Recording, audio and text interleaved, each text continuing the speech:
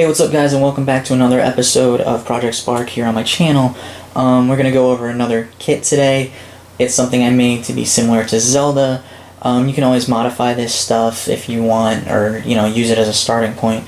But in this kit, basically over here it looks a little weird, but you're not supposed to see that in the game. It's basically where the objects stay when they're not equipped. But if you hold the right bumper, you have 4 directions to tap the left stick, and you can equip different objects. And if you just tap the right bumper, it will change the shield back to normal. Let's start with the shield. We'll switch the shield here. And I don't remember what I made to block. Oh yes, I do. The left bumper. And basically this guy throws energy, so when this shield gets hit by energy, it can shoot it back. So yeah, so there you go. Let's just go to the arrow, which when you hold the left trigger and you have the arrow, you can go into first person, and then when you hold or press the right trigger, you can shoot the arrow, which is for, well, a number of things, but kind of like these kind of doors, like shoot the eyelid, and then this door opened. And then other things like a magic crystal, which is supposed to be similar to the metal boots, where you can sink or swim basically. So when you're in the water, if you hold X, you'll fall and you can go underwater. Kind of useful for hidden areas or whatever you want to do with your game.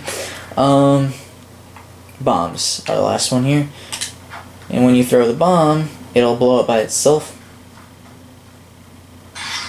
Let me make clear that I made a bomb that in a different project, because there's glitches when you try to save your objects, but sometimes you want to go into the library and go to an object you made, because it just works better, because if it's in world, it'll take that actual object, it won't create a new object essentially. So I had to make the bomb elsewhere, and then basically I went into the library and made him throw that object, so it's that object that I made blew up after a few seconds, and it creates one automatically that's like a throwing projectile. But it's made for this. Basically when it hits a rock, it blows up, and then you got like the hidden hole from Zelda kind of thing here. But let's get right into how everything's coded here. Let's start with the player. Let's start with the secondary stuff. This guy's just programmed to throw, shoot, essentially, a certain type of projectile, so that the shield knows that that's the projectile. So yeah, it just shoots the energy projectile. Nothing special there. The rocks code is, since the bomb was made out of a sphere, or a primitive sphere, basically when the rock bumps any sphere, it will destroy the sphere with a fire explosion effect, and then it will play a stone explosion effect, scale of 4, so it's big, as well as a sci-fi explosion effect, and the scale will be 4 again, so it's big, and then it will destroy itself. So at its position, these things will be played right here, and then at the bomb's position, this one will be played. So it just kind of has a big impact feel, like you're actually blowing up a big rock. And let's go over the door and the eye, since they're 2 separate objects. Nothing really going on with the door. With the eye, when the eye is bumped by an archer's arrow, which is what the bow and arrow shoots, or the bow shoots, again, you can modify these things. I think they'd probably be better with an ammo system as well. I might make a full game and then we could play it together out of this kit I made. But basically, when it bumps an archer's arrow, the power is off. And then... Wait, what? What did I do? Oh, also, when it bumps an archer's arrow, you could probably just get rid of this and then move the line over, but I did it like 2 different commands with the same when column. So basically when it bumps the archer's arrow, the power is off. And when it bumps the archer's arrow, this door, its power is on, so the door will open. Just like when the eye doesn't have power, the animation is to close, so it closes its eye. So that's all for the small stuff. Let's go to the player. Once you start up, team equals 1. It has a basic follow camera, left stick to move, A press to jump. And here, right here is where I switch things up. When X pressed and the stone sword attached, you can attack light and medium combo with X. And when Y pressed and stone sword is attached, with wind up there's a heavy attack, so you have kind of like the spin attack almost. Again, can be modified to be more complex and you can have your sword glow. I'm sure I could do that. Again, if there's anything anyone wants me to recreate, like boss fights or levels or mechanics from games, please let me know. I'd love to show you guys how. I'm pretty good at that stuff. So line 7, left bumper is to block. Simple enough. When detect, this is from the start of the kit here. No big deal on this part. I didn't even get rid of the invincibility on the dodge, which normally I would. Alright, so let's go down here. Right bumper will, right bumper is held. It will display this object up here on the upper center, and this object on the lower center, and this object left center, and this object right center. And basically these are just your choices to indicate that when you move the stick in these directions, that's the object you're going to equip. Also, while the right bumper is held, the world pace equals 0. That way everything stops and you can kind of choose what you want to use.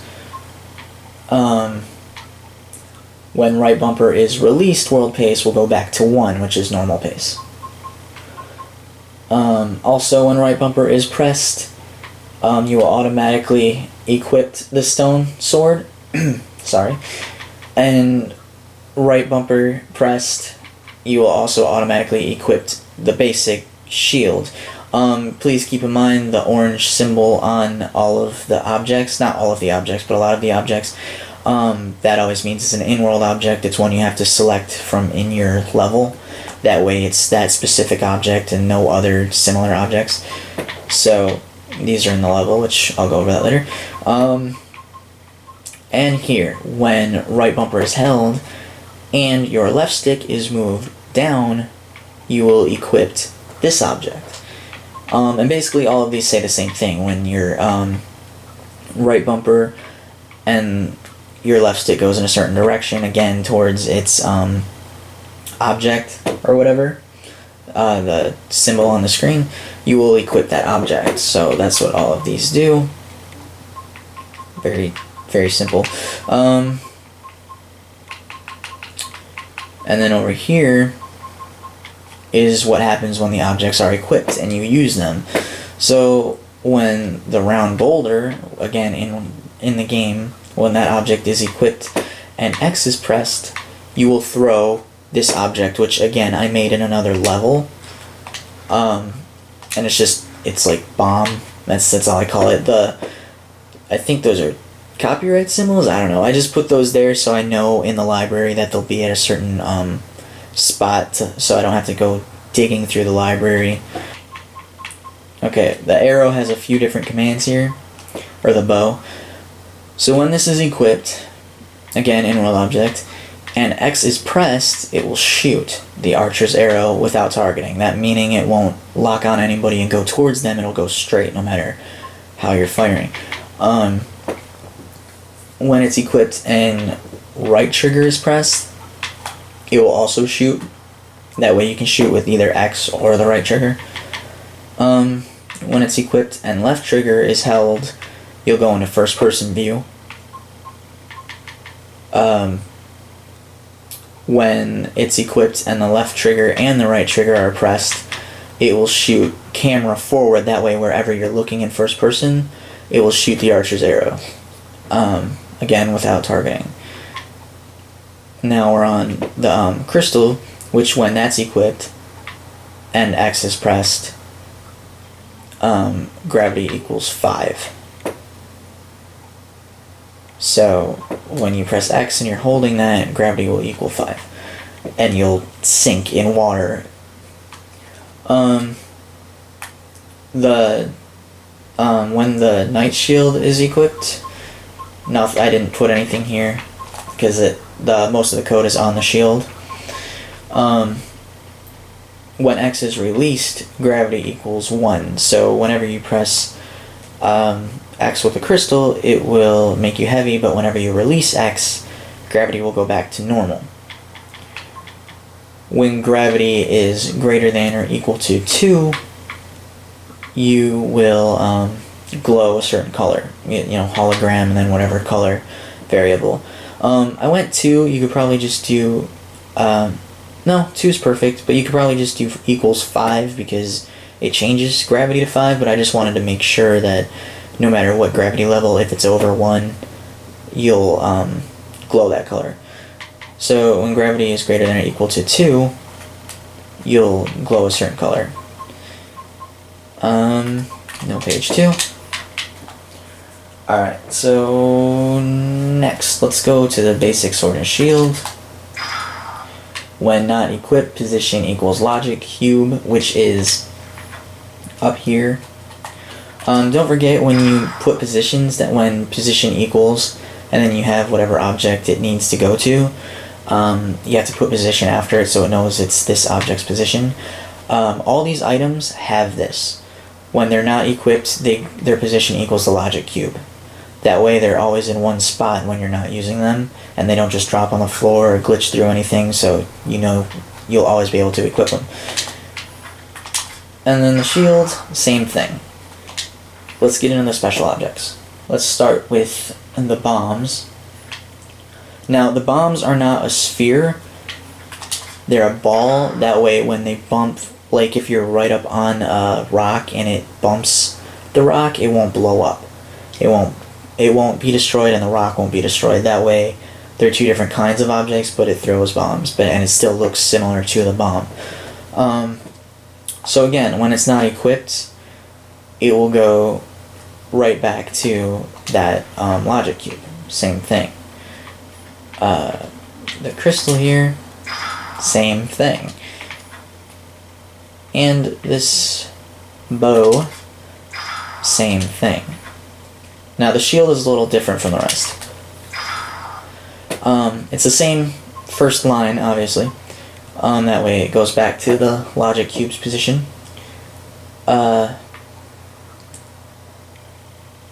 But itself, basically, detects the energy projectile.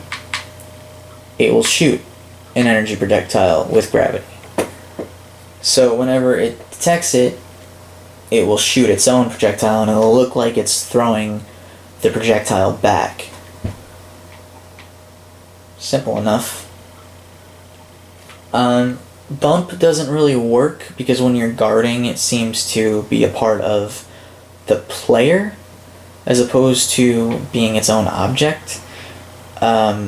If I recall correctly, that's the issue. But yeah, I could probably also put, just to be more efficient, on the do line, I could move this stuff down one line and move this line over like that. And then like this. So this stuff would be down here, but then change this to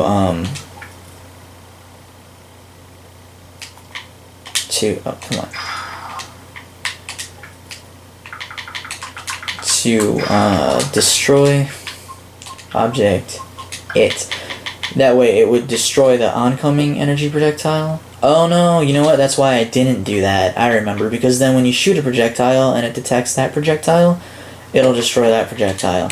I was wondering why. I'm like, that doesn't seem like something I would do. Why did I do it that way? That's why. Alright guys, I hope this was helpful. I really do, and I hope you guys enjoy it. Please like and subscribe if you like Project Spark and you want to keep it alive in some way. By all means, share this around. I know project servers are down and people kind of get angry about that. I notice people are like, save Project Spark, but it is very unrealistic to keep those servers up with a software that's absolutely free. And this is an amazing software, and I love using it, and I hope you guys enjoy watching. And I hope you guys enjoy using Spark. I think it's a great thing, not only for kids, but people that just want to make their games. Jump right into it and make things that are in their head. Again, you can't import your own assets all the time. In fact, most assets are from the game, and the way you import and make assets isn't that great either. But you can still be really creative with this stuff, and if you take the time, you can make your game that you really want to make actually work the way you want it and look the way you want it, because there's a lot of objects that come with it. But as someone who makes music, I would like to even put my own music in here sometimes. I would like to, make different objects or import 3D models and stuff, and like make a full game of my own, which you can make your own game, but there are limits to this software, and I think it just rides that brink of being an amazing, unique game engine.